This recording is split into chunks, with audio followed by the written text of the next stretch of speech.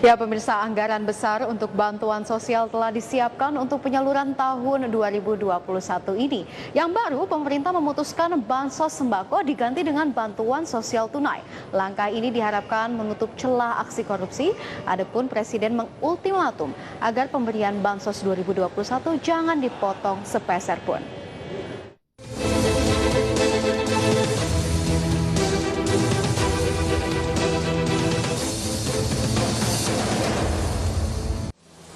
Pemerintah memutuskan memperpanjang program bantuan sosial di tahun 2021. Tidak ingin aksi nakal oknum pejabat Kementerian Sosial kembali terulang, pemerintah pun resmi mengganti bantuan sosial sembako menjadi bantuan sosial tunai. Bahkan Presiden telah mengultimatum agar bantuan sosial tunai tidak dipotong dengan dalih apapun. Dengan memakai rompi oranye dari Komisi Pemberantasan Korupsi ini, Menteri Sosial Juliari Batubara resmi ditetapkan sebagai tersangka suap dan korupsi bantuan sosial di masa pandemi COVID-19 pada 6 Desember 2020 lalu. Masyarakat pun tercengang. Di akhir tahun 2020, aksi nakal penyelewengan penyaluran bansos sembako oleh oknum-oknum Kementerian Sosial terbongkar.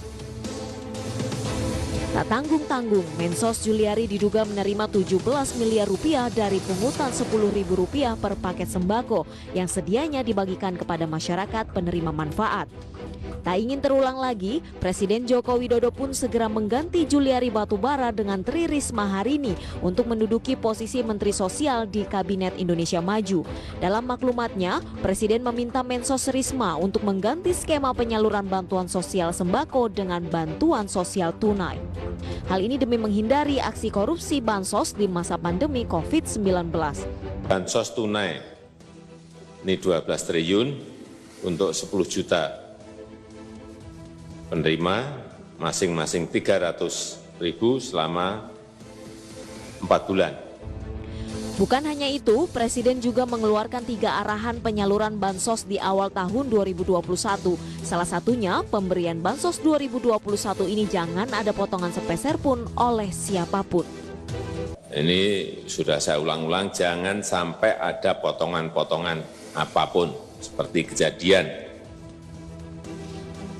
di Bansos. Untuk bansos tunai, penyerahan bantuannya akan dilaksanakan oleh PT Pos Indonesia, juga akan mengantarkan ke tempat tinggal masing-masing bagi keluarganya. Pemerintah pun resmi mengganti bansos sembako menjadi bansos tunai. Di awal tahun 2021, pemerintah menerbitkan 6 jenis bansos yang terus diperpanjang untuk disalurkan kepada masyarakat. Salah satunya, bansos dalam program perlindungan sosial dengan anggaran yang ditambah. Jadi beragam bantuan itu saya kira memang akan membantu masyarakat kelas kini untuk tetap terjaga daya belinya. Harus dilakukan pembenahan secara total. Pertama, bagaimana kemudian kalau masih ada jenis barang ya bagaimana pengadaannya. Kalau di luar barang atau mekanisme tunai, tentu saja data sangat penting ya untuk terus diupdate. Anggaran bantuan sosial yang besar telah dipersiapkan oleh pemerintah untuk mempercepat pemulihan ekonomi nasional dan pemulihan kesehatan di tahun 2021. Pengalihan bantuan sosial sembako menjadi bantuan sosial tunai pun dilakukan untuk menutup celah korupsi. Pengawasan yang ketat juga harus secara optimal dilakukan pemerintah agar bantuan sosial dapat tepat sasaran. Pemerintah melanjutkan program bantuan sosial yang mulai disalurkan pada Januari 2021 ini. Ada 6 bansos di tahun 2021 yang bisa digunakan masyarakat untuk memenuhi dan memperbaiki roda perekonomian sebagai dampak pandemi COVID-19. Pemerintah juga telah menyiapkan anggaran sebesar 110 triliun rupiah untuk penyaluran bantuan tunai di seluruh Indonesia. Bantuan sosial 2021 ini akan disalurkan dengan skema bantuan sosial reguler dan khusus, di mana bansos reguler diberikan berkala sesuai dengan perencanaan pemerintah. Misalnya program Keluarga Harapan yang ditangani Kementerian Sosial, sedangkan bansos khusus akan diberikan akibat terjadinya pandemi COVID-19. Penyalurannya juga terbagi dalam beberapa tahapan yang akan disalurkan melalui Bank BUMN atau Himbara. Penyaluran bantuan sosial akan terus kita lanjutkan. Dan di dalam APBN 2021 telah kita siapkan anggaran, ini anggarannya, sebesar 110 triliun rupiah. Sementara itu, untuk sembako akan disalurkan dari Januari hingga Desember tahun 2021. Nilainya sebesar Rp200.000 per KK per bulan.